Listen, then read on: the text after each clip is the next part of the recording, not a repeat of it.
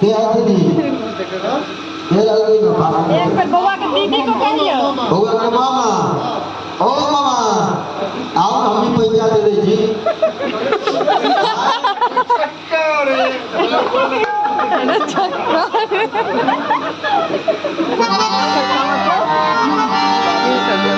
आती सब पहिरा सही रोना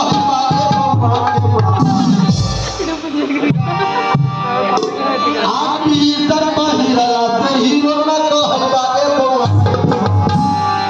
आ तू तो कहता ए बउआ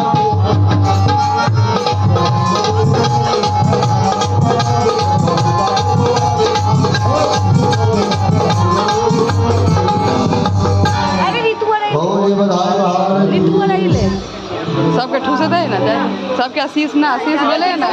आशीष से कोई बच ना सके